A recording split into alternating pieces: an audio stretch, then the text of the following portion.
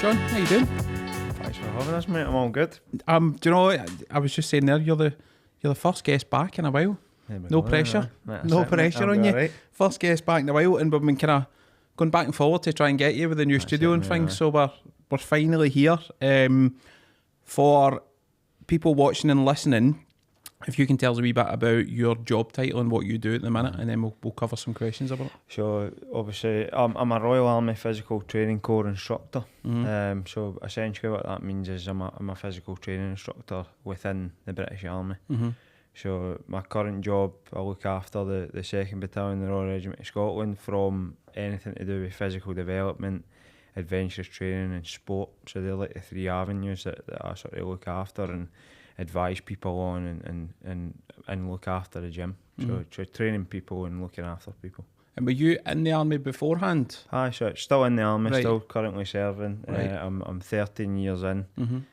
Joined the army when I was 17 and obviously I'm 30 now. So Is that what you wanted to do when you were at school age? not at all. No? Not at all. So I had that, like probably most people from where I'm sort of from, it's all about getting a trade and going out to work and earning a bit of dough. Didn't enjoy doing that. I worked in a factory and whatever, and just fancy something a wee bit different. No, none of my family's in the military. Just went for it. Jeez. And do you know, there's probably, I've had a few people on that have been in the services, and it's the same kind of, they've all kind of fell into it. But then once they've been there, they're like, well, this is probably the place for me. Aye. So everything I've got today is a result of Aye. being in the army. Like, I had nothing when I joined the army, and like everything I've done and sort of got now is as a result of that.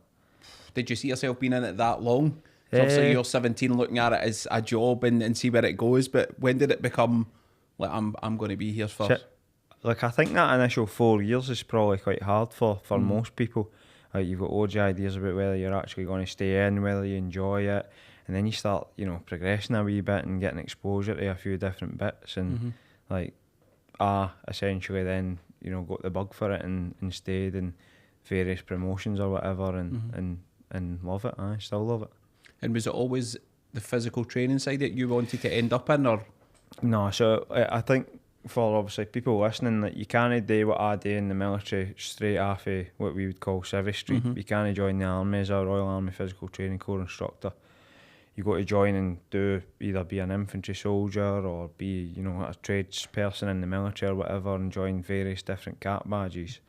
But you're exposed to physical training and basic training, and like somebody stood out in front of you, blue jacket on, red belt, dressed completely different to what people dress like in the military, and like that's where sort of my bug for that sort of was born.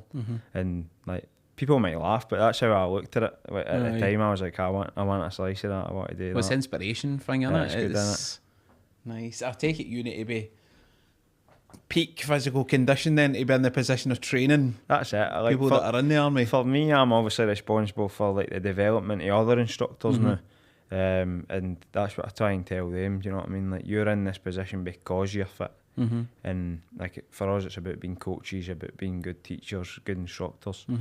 But like that's what it's all about for us. Like, we're all in that position because we were either fit or enjoyed that side of life. So definitely, aye. And see, for someone, we get a lot of people watching that are kind of school leaving age. For someone who's maybe contemplating military life and coming in off Civvy Street, as you say, what would you say from that kind of first year or two would be good advice to hand over to somebody who's in a position of maybe they don't know if they want to go or they're still unsure about it, based on your kind of experience? Aye, so like I briefly mentioned it earlier on. Like, see, I had absolutely nothing before I joined the military. Minimal qualifications, played football at a young age, and like the army does offer like a load of that stuff. Like, so see if you do enjoy sort of maybe some sort of sport or some sort of physical training, because I think the younger generation are exposed more to that now than like it wasn't about going to the gym when I was coming up. It was about playing football with your pals. So like if you are interested in those type of things, then it's a great place to be. Right. And like just go down to a careers office and ask about different trades and like learn a wee bit about YouTube and that's massive now. Yeah. There's loads more exposure. Like when I was looking to join the army, it was like Ross Kemp in Afghanistan, and Yeah. that's kind of all you Mhm. sort of all the older films that you had Mhm. to watch, and like there's loads of information out there now Mhm. for people wanting to join the army to decide what they want to do. Yeah. I wasn't that sure. I just went and Mhm. careers off and said I wanted to join the army, and they're like, "A nice one, you're joining the infantry. See you later." And is there a still the same amount of people joining, or is there a shortage on people joining? What's the numbers like now for kind of young?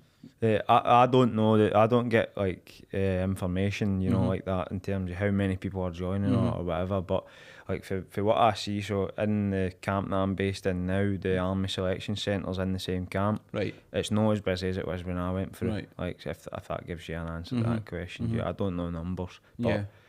I would say there's not as many people joining the military than there was before. Yeah. Definitely.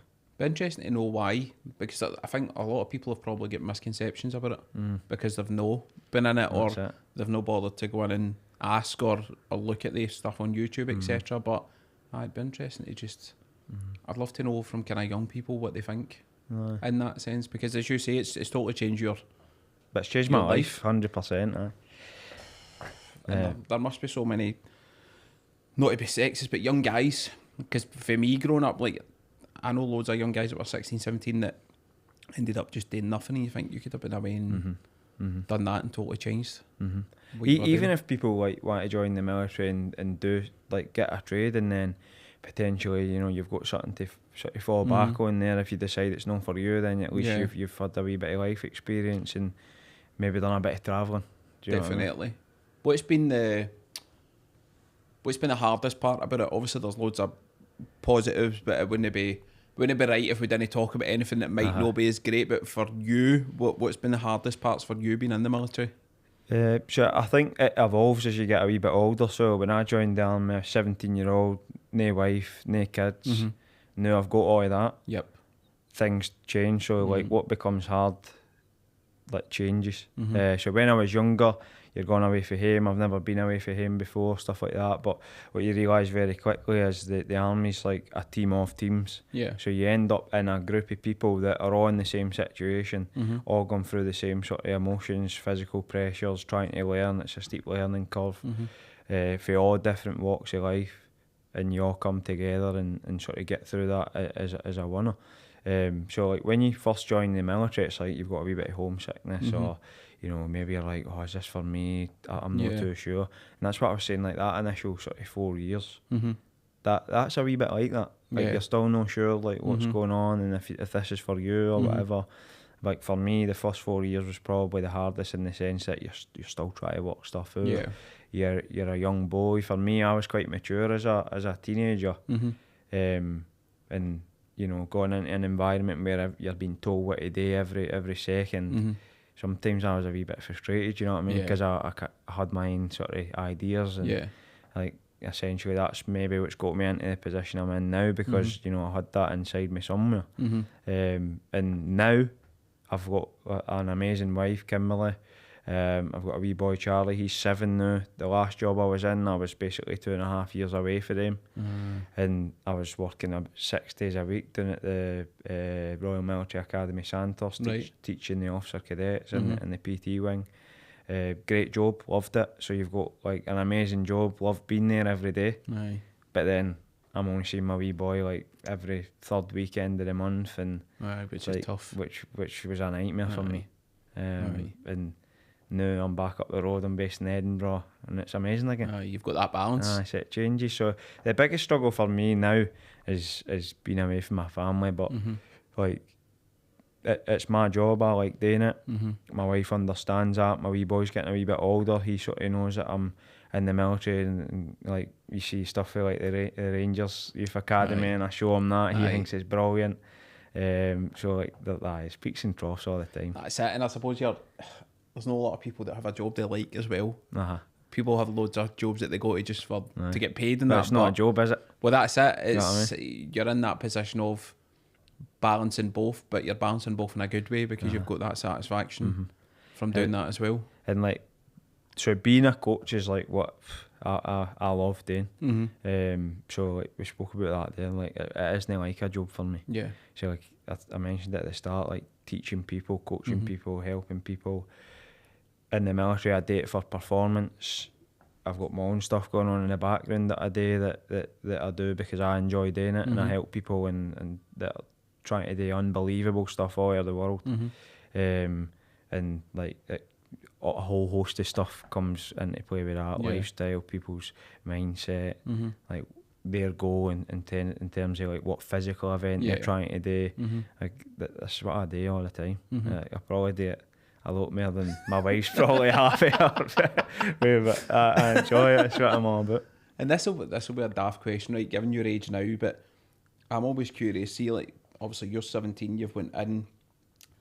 Is there a fear factor there as well when because you've been lifted out your comfort zone? I suppose you're lifted out of everything you know, and you're going to this place where it's regimented and you need to do things a certain way and you need to conform as such. But is there a big fear factor there for like people going in at that age and trying to adapt? Aye. So like I was definitely like flapping when I joined the military, and I'll never ever forget being. So for me, I went to the careers office in Bathgate. That's all I knew. Like that's where I kind of grew up. They then give you a train ticket after you're successfully selected. And you're getting off a train in Darlington and getting picked up by somebody you don't know. You see other people that you just lock eyes with that you know that are going to do the same stuff. And I'll never forget, I was early. I'm always quite early. Like I was there an hour before. And like getting there, I got sent for a cup of tea. So I was there that early. They were like, go and get a brew. And I'm like, what's a brew? Do you know what I mean? But it's a cup of tea in the military. So I've went and got a cup of tea, and I remember it. Aye. Like jumping out the cup because I was flapping because this guy had just spoke to me. So like, of course you're like nervous. There is an element of fear. You just don't know what you're going into. But it's all about like at that stage teaching you what the military is all about. There's obviously like a massive amount of personal growth in there. As a young boy, all I knew was playing football. Like, I think that served me quite well because it was part of a dressing room for I was essentially 5-year-old. It's that common ground, isn't it? And you knew what it was like to be in like a male-dominated environment, for example. But like, I was flapping, big style. But then I suppose as well on the other side of it, see, looking back at it, what's been the kind of biggest things you've learned about yourself? Because I would imagine in that environment, you've got so many times where you've only really get you to talk to about things because there isn't loads of people about and everybody's in the same boat. But what were the kind of big things that you realised about yourself going through? Like, I know this probably sounds like a nice one. He's saying that because he's a physical training instructor in the army, but I learned I was fit. Like I was exposed to doing certain things, and I learned like I had a desire, and I probably knew that before, but I had a desire to win all the time. Which is like massive in the military, and that's essentially what it's all about in the end. But like anything we done, like I wanted to be first. If it was like, you know, ironing my clobber and putting it in my locker, like I wanted to be I wanted to be the best, or like in no in an arrogant way whatsoever, but like that's just the way I was. And I learned that I was fit. I learned that, you know, had a wee bit about myself, like as a young boy. I was one of the youngest in my training platoon. Right. So you're going into an environment with 30 other guys at the time. Some of them are 27. That's, you know, like not far off the age I am now. Jeez. They've got lives. Some of them have got kids. And I didn't know how to iron a t-shirt. Do you know what I mean? So it's like there's totally different spectrums of people, loads of learning to do. But it's a good laugh, you know. Well, I suppose it's that kind of, you're all in it together. Aye. You're all kind of in the same journey, aren't you? Could you see now, obviously in the job you're in, and you'll deal with young guys coming in for their fitness work, etc. Can you get a sense if somebody's going to last the pace or no? So by the time they come to me where I am now, they've already been through basic training, and they're in the field army doing their job. You can tell by sort of how people perform. You know, the closer you are to them, the more you see them on a daily basis. Like you can tell if people are sort of struggling, Like, but that's part of my job to like try and unlock that. And I've got a team of guys who are decent at doing what they do, and they're all physical training instructors as well, and they're good at what they do. So like they're on the guys as well, you know, trying to, you know, make them better, delivering training to them. If they've not got the answers, they come to me, and so on and so forth. So like it's a decent like job, it's a decent gig, and you do get to learn what people are all about. And what I found now is like there's nobody the same. Like, there's no way that you can like say, I've got 500 people, this is what I'm going to do to fix them all. No chance. So many different personalities. So many. What does a normal day look like for you from a work point of view? Like I said, I'm privileged to be in the position I'm in. So I'm based in Edinburgh now. I'm obviously a jock. I live 40 minutes away from camp. So, you know, I'll commute to work every day. I'll listen to your podcast on the way. But I'll listen to something that either educates me or prepares me for something. And then normally for the battalion, you know, it's physical training in the morning at 08:30. So most days, if there's no physical training on, it's because there's maybe mandatory training elsewhere to be done. But most days the troops are in the gym, and the team of what's called all arms physical training instructors that work under myself deliver physical training to the unit. So like that could be anything for like strength training, speed work, agility, loaded marches, like all the sort of stuff that makes like an all-rounded like holistic soldier. Like we would deliver that on a weekly basis, and we see the guys every day, most days. And what about the situation? And you maybe haven't had it, but from your point of view, when you're getting guys and girls that have been through their basic training, they're coming to you for the next phase as such of their fitness journey. What are the main challenges that you're presented with of trying to get people to that point of obviously their peak fitness or whatever they want to get to?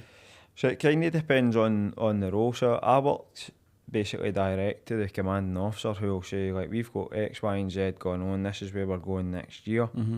Train my guys to go there. So like that's my job, that's my responsibility. I've got a team of guys that will then deliver that output.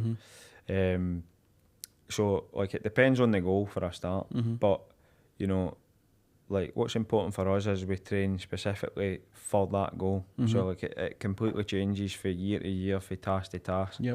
There's a whole host of different like platoons and job roles within an infantry battalion, which I currently you know, obviously look after. So there's a whole host of like different aims, and like, you know, somebody who's in like a javelin platoon, for example, their kit's a lot heavier than everybody else, so they'll carry heavier stuff.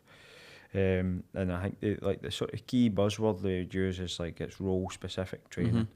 And no everybody's the same, like I said before, so like you have to adjust and like move forward with people's training based on the output. Like there's obviously like minimum standards we need to meet every year, and every 6 months for sort of it's called the SCR, Soldier Conditioning Review. But they're like, for me anyway, that's like the minimum standard. Like I want to be taking people to a different level, like what we deliver on a daily basis. But there's loads of different challenges, like, and everybody's like, nobody's the same. And people come to you as individuals. Commanders will come to me and say like, I want to try and achieve this with my guys, like how can we do that? So it's like, my notebook's on fire sometimes. And I'll be sat in the living room at night time and Kimberly's saying, I've been talking to you for 5 minutes, you're not listening. But it's hard as well, because it's not like if you're in an environment where you need to be fit, there's probably an acceptable level of fitness and that's it. But when you're in the military, it's a totally different mindset, totally different fitness level, kind of unprecedented when you compare it to other things. But for you, dealing with those individuals, like if you've got someone who in their head is just like, I can't make that, I can't reach that peak, how do you then kind of turn their mindset round to be like, wait, but you can? You need to work with them. So like if you know, if my guys are struggling with that, you know, in my experience right now, like I've not really had that many cases of people being like, I am never going to make this. If they are, it's about like how do I get the best out of them as an individual. So I might bring them in the gym and have a chat with them, or you know, I might get somebody a wee bit closer to them to have a word with them and try and sort of figure out. There's loads of stuff. There might be stuff going on in the background that you don't know about, or you find something that they enjoy then. Yeah. Do you know what I mean? So like somebody might, you know, have an aerobic capacity like deficiency and they're not meeting the standard required, but they love being on their bike. Yeah. So on a Wednesday afternoon in the military, guess what you're doing? Right. Like you get a sports afternoon in the military. You're part of the cycling team, big man. Like you're going out on your bike, and that develops an individual through something they enjoy. Yeah. Again, like linked to the sport again, playing football, that develops people's fitness. But because you've put a bag of wind in between them, they like, do you know what I mean? Yeah. They don't think they're doing physical training. Aye. So it's like, how do you get the best out of people? Not got a definitive answer, but like it's individual based. Like everybody's totally different. Yeah. And that's what I enjoy doing. Yeah. I was going to say, you must get a kick out of, we're talking about the young Rangers kids coming in, or MD coming in that isn't in the army, and they see the difference in fitness levels, because they probably come in full of bravado thinking I'll do this, no worries, and then 10 minutes in the kind of reality sets of Jesus, this is tough going, this is a different world. Like we done something called mental resilience training with them, which is like a massive buzzword and probably in the world now. But in the military we use it specifically, you know, for obvious reasons. People go to war, they need sort of mental toughness as part of their makeup. Military's very good at delivering that. So we exposed that group of essentially teenagers to that, you know, age range 16 to 21, and like there's a certain tone that you take with people, and like you do certain things with them that kind of mess them about. Yeah. And it's literally just to see how people behave and put them under pressure and get people out of their comfort zone. You know, so if that's something that we need to develop, then like that's exactly what we do. We take people out of their comfort zone. And even on a daily basis, people might not be comfortable in the gym.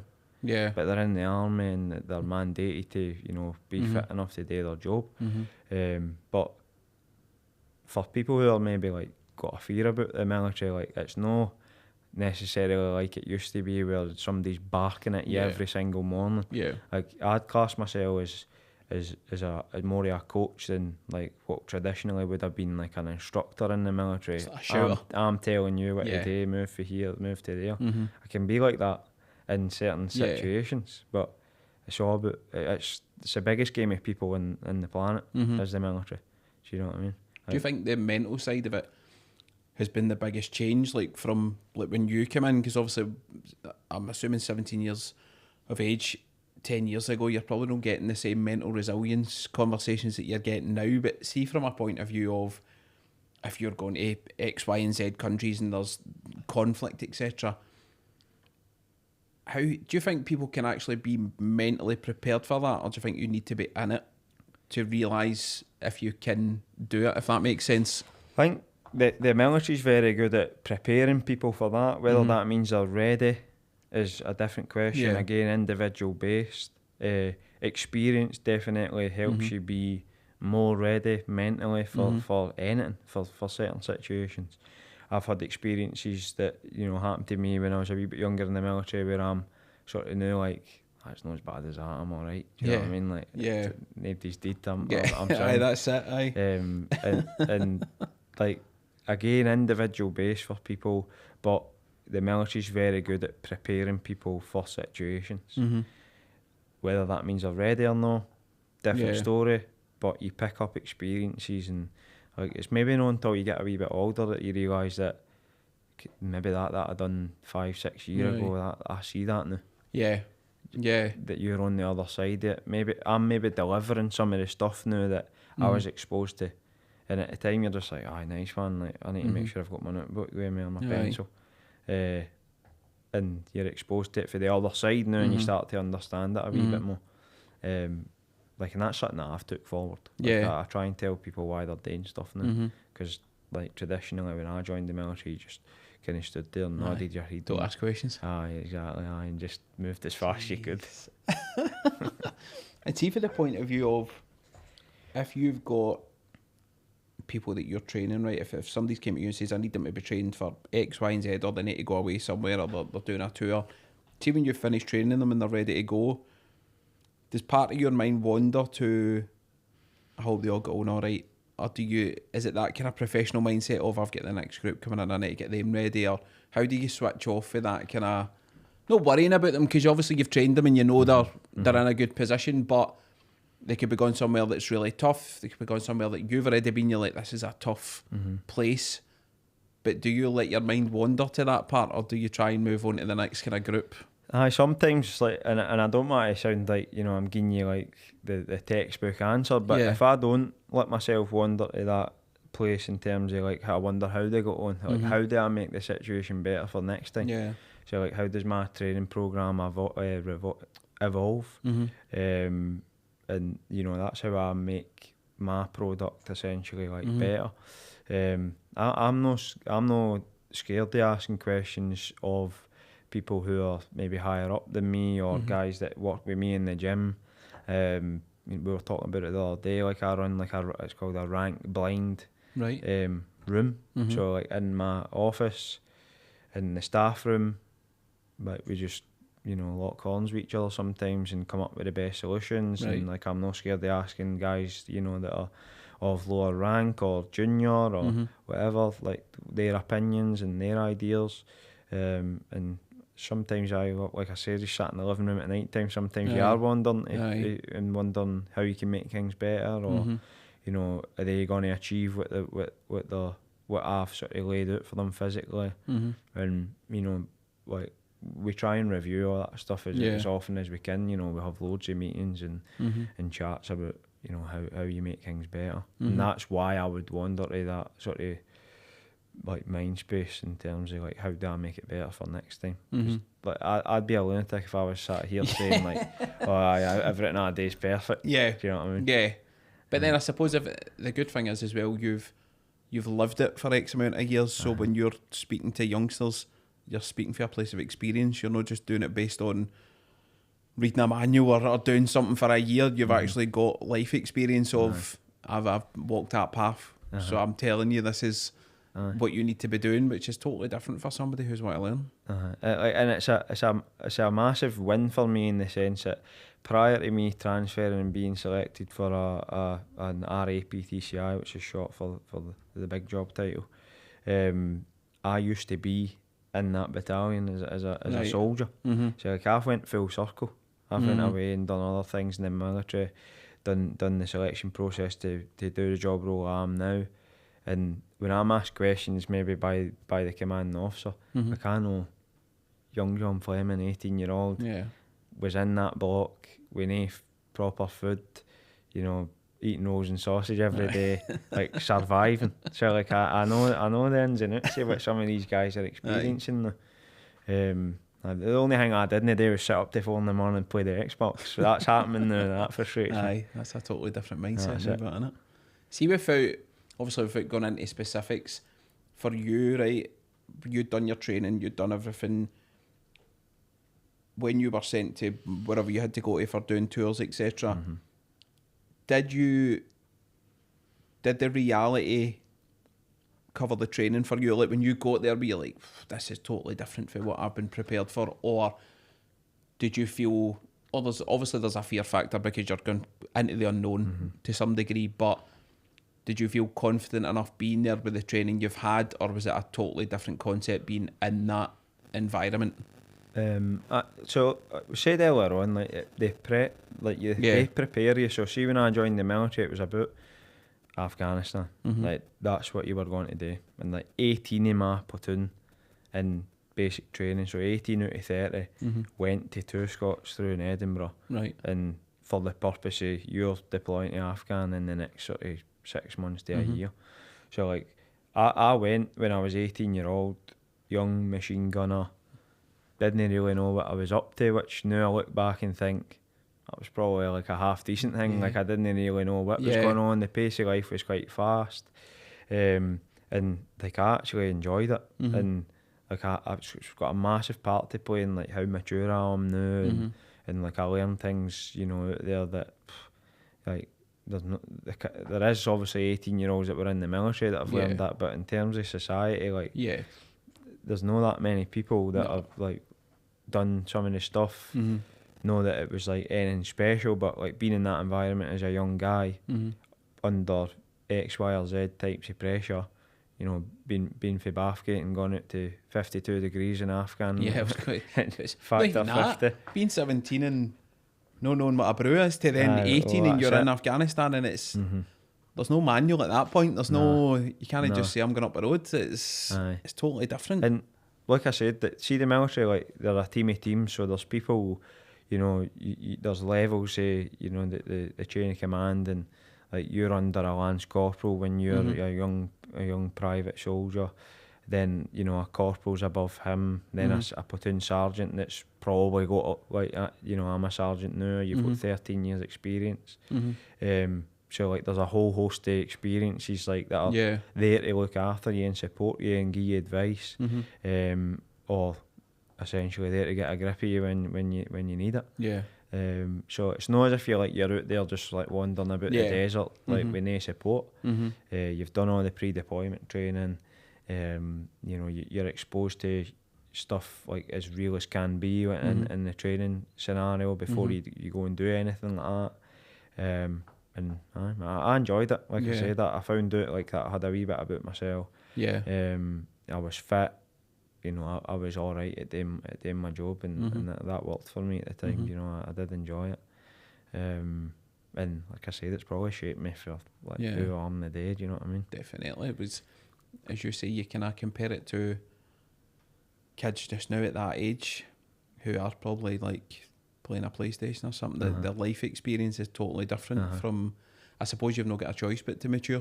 If you're when you're in that situation, you've got to just grow up and get on with it. And like I joined the army to go and do that.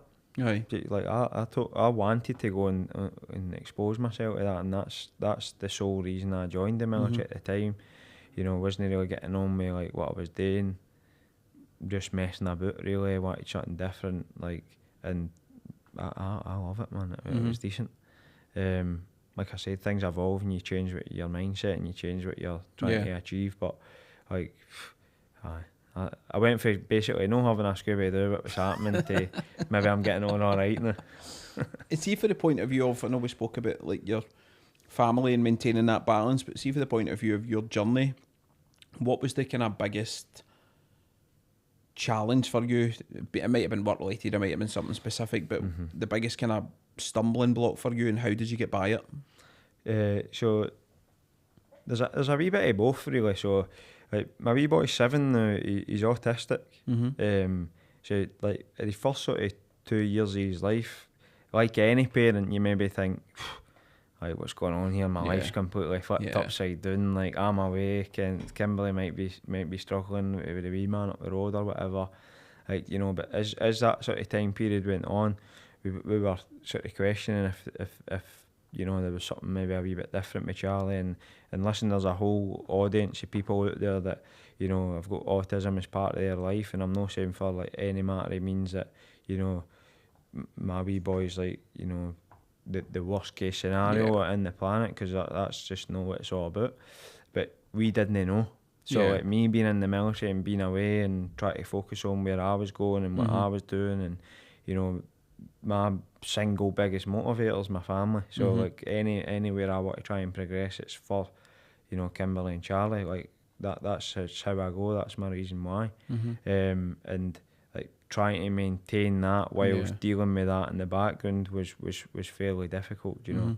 And listen, like, I'm not just saying it because I'm on a podcast. I tell Kimberly this, like, you know, she's holding it all together when I'm not there, and she has done for like years and years. So like that balance between family and the military was difficult for me. And again, like, that's why I feel sort of privileged to be in the position I'm in. You know, my diary's a wee bit flexible. You you know, I do what I enjoy, and I'm getting the balance a wee bit better now as I'm getting older. But when you're a wee bit younger and you're maybe saying aye to some of the stuff that, you know, maybe I would hold back for now because I've got X, Y, or Z on with the family. Like my hand would go up straight away when I was a wee bit younger, and I was maybe considering stuff like that. But listen, that's been the biggest challenge for me, was like the whole, you know, like trying to learn about a new way of life. And like the basic example is like we'd go out for a meal and it just wouldn't work for us. Right. Do you know, with my wee boy, like you just don't know until you know, and you're in that situation. So we just don't do that anymore. I'm in the back garden flipping pizzas about in my uni office. But it's what works for you then, innit? That's it. You're finding the balance. So you learn stuff, and like that's been my biggest sort of challenge. Like, you know, people might be expecting you to like come out with some mad story about, you know, being overseas or whatever, but definitely getting that balance right between my family, like, and what I do in the military, has been my biggest challenge. What's the best bit of advice you've had? So I've listened to this for a wee while, the podcast, and I knew that was coming. So listen, like the best bit of advice I was ever given, right, is I worked for a guy who done my job a few years ago. So I was underneath him, and I looked up to him a wee bit and whatever. And like old school army, you'd maybe get a wee bit excited about the way people behave or like certain things or whatever. And he used to say to me all the time, listen mate, there's things in life to get excited about. And like, see, if I apply that to most things that go on in my life. It sounds daft, right? But see if something's wound me up a wee bit, there's things in life to get excited about, mate, that's alright. Or I've never heard that. If, you know, it's a good situation, you know, family's big birthday in your family or whatever, and there is things in life to get excited about, we're going to get excited about this. So it works both ways. But sounds really daft, mate. But it doesn't mean when you put it into the context of what you've just said, it makes a lot of sense. Yeah, it makes me laugh. He gave me a photo of it. It's in my office and it's up on the wall.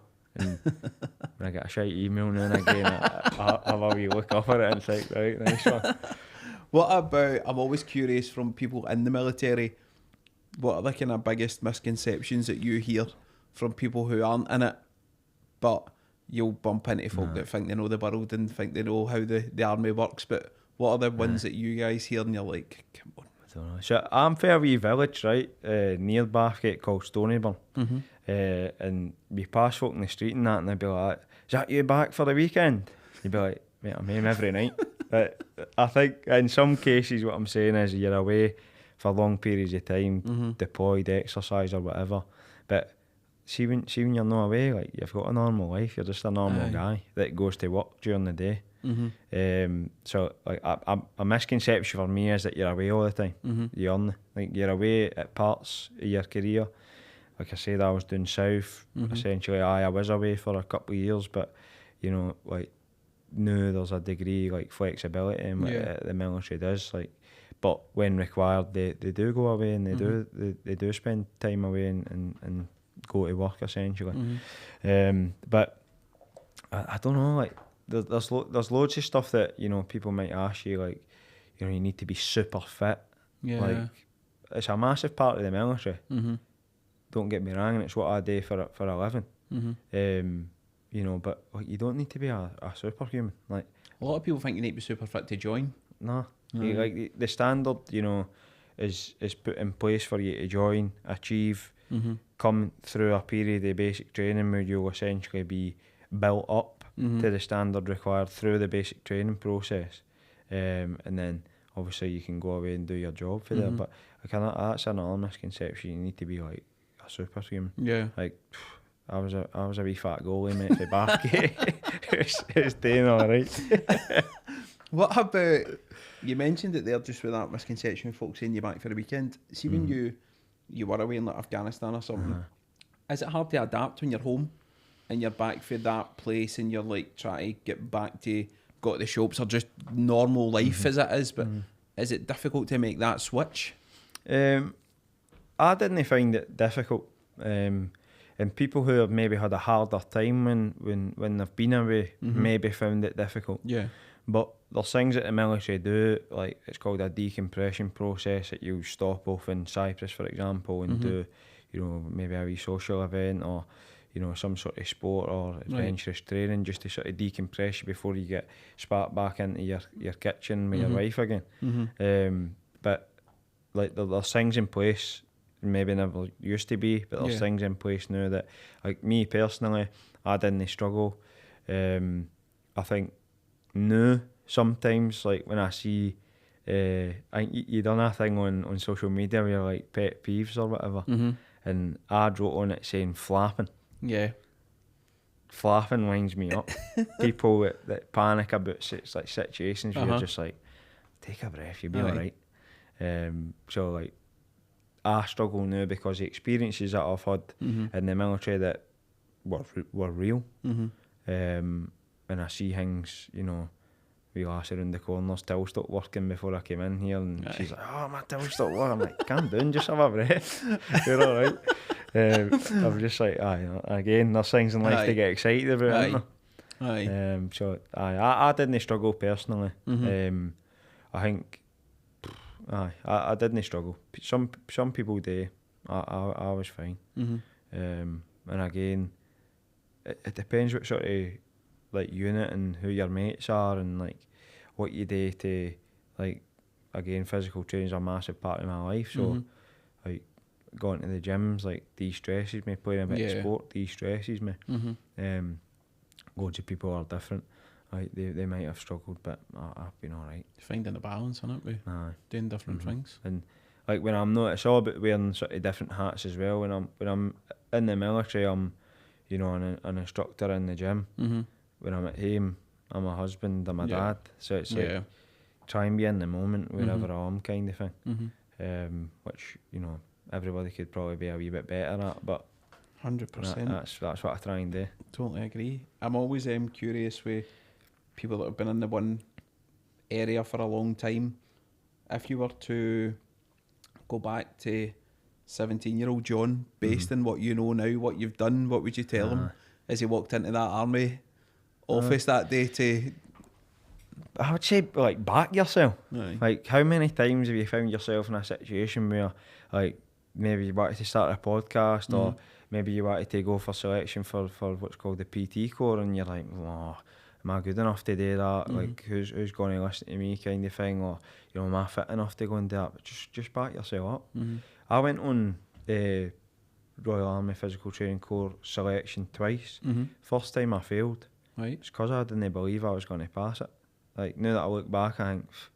Did you just have the full fear that you weren't going to pass it, or you just... I was 24-year-old, which, if you're successfully selected, you promote to sergeant as the minimum rank in the PT Corps. Like, I'm not sure if I believed I was going to pass, because you're in an environment where people are super fit. They're the best instructors that the military's got to offer. Like, that's why they're going to be selected for this corps. And I probably didn't believe, like, wholeheartedly that I was going to pass it. Like, other people did, because I was told, listen, go and give this a go. But see, when I was doing there, like, now that I look back, I think I probably didn't believe it. I went back a second time after COVID, and the difference was unbelievable, because I just knew that I was going to do it that time. And that's not like me, talking rubbish because I'm on a podcast. Like, I genuinely don't think I believed it the first time. Second time, like, the first time I'd have been in my room trying to study notes and try to... Did you know you'd failed it the first time before anybody told you? Did you just have that gut? Aye, I think so, and I thought, if I get through this year, I've scraped through it. The second time I was drinking brews and eating biscuits in my room at night time. And the first time I was like on the notebook trying to work out what I was going to do and all that. You know what I mean? Like, I didn't believe it the first time, definitely not. And I'm always curious, as we touched on earlier, a lot of young people watch it. What advice would you give anybody who wants to join? So, we spoke briefly about it earlier on, so, like, go and have a look at what you might think, or what you think you might like to do within the military. Don't be, like, again, back yourself up. So, like, if you're going to go and apply for the military, do your research, and then sort of be sure about where you want to go. Mm-hmm. But at the same time, like, I've changed trade within the military, so Yeah. like, see if you don't like it, Mm-hmm. you might find something else that you want to Mhm. do. But I should, like, go and give it a go, and like, just do your research on like what you want to join and what trade you want to get involved with. There's a massive, you know, I couldn't ring them all off now, Mhm. but like, there's a massive host of trades. You know, I started off as an infantry soldier. I then retraded as a vehicle mechanic, hated it, and then ended up. Why did you not like it? I just didn't like it. It wasn't for me. I now looking back, I was probably always going to end up in the PT corps. Mm-hmm. At the time, maybe it's a wee bit of like your background, your childhood, like get a trade, go and earn money and all that. I had nothing, so I was like, I need qualifications here. Mm-hmm. So I did, but I didn't actually enjoy that part of the military. Like, the priority became, sounds really silly, but fixing stuff when I didn't join the military to do that. Mm-hmm.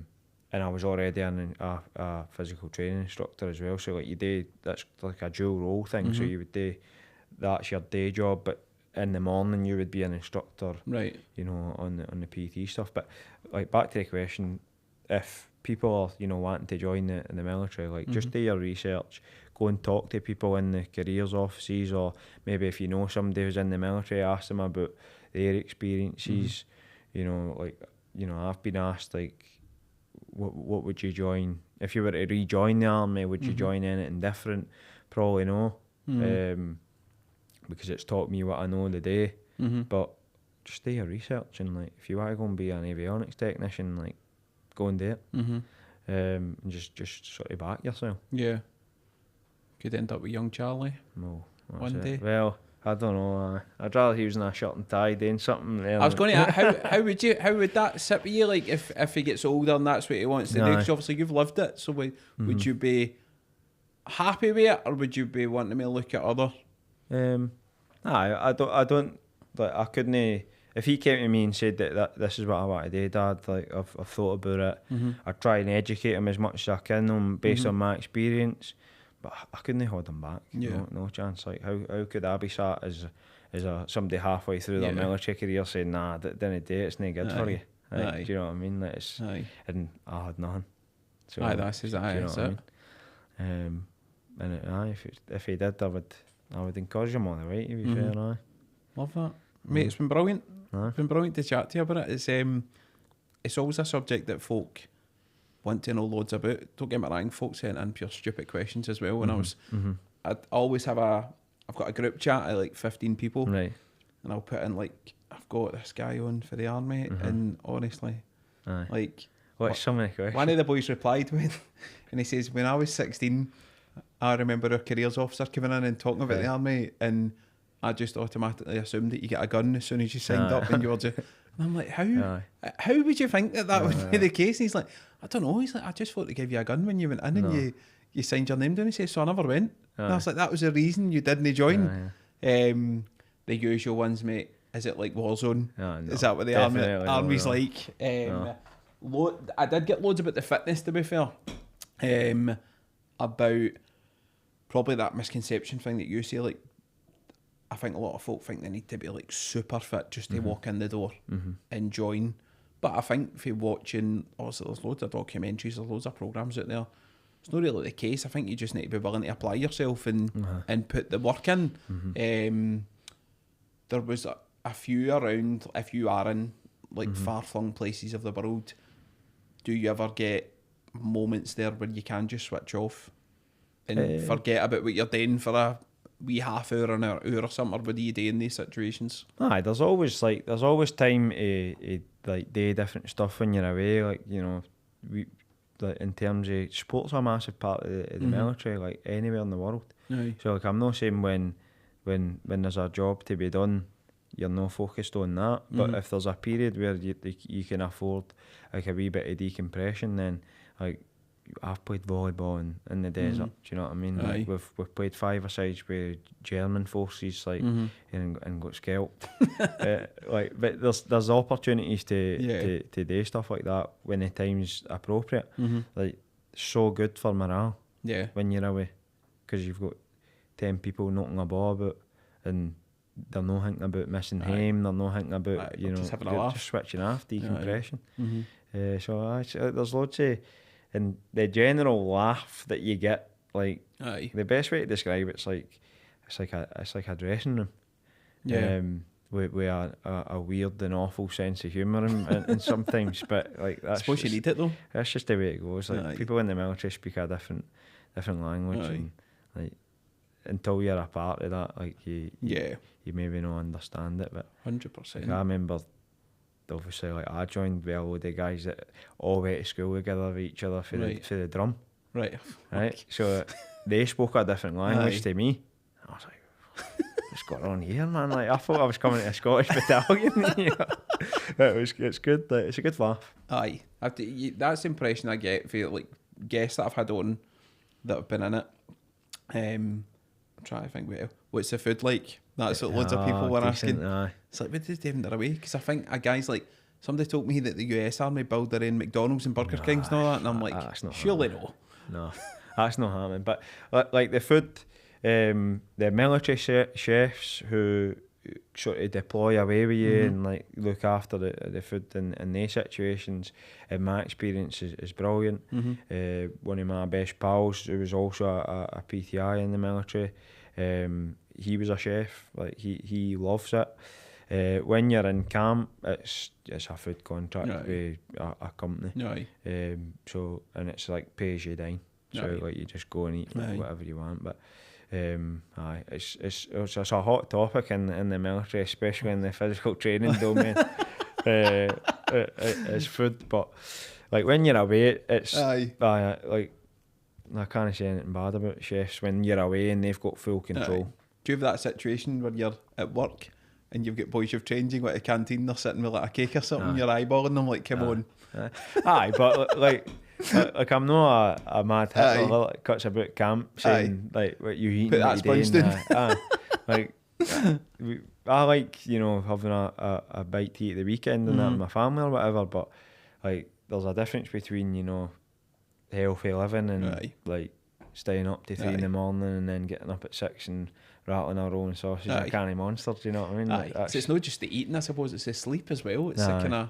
There's loads of stuff that like require loads of like education and like I said at the start, like loads of different ways of life and people, and like some people didn't know how to eat and sleep properly and and you know, that was another thing I would ask, in the sense of coming out the military, if you were speaking to people who are maybe in the position of they just want to get themselves fitter, they want to get into a better kind of routine and mindset, what advice would you give to somebody in that situation? Because there might be people like that who want to go and join, but they're like, I'm a wee bit off of that basic minimum. But what would you say to that kind of?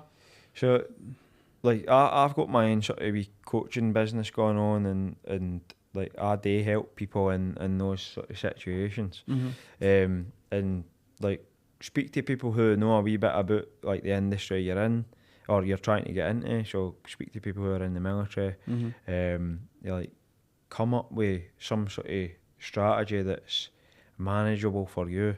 So like if your training age is 0 and like you come to me or you come to a coach and they're like, here's 6 sessions a week and here's a 20 kilo Bergen, go running up and down hills.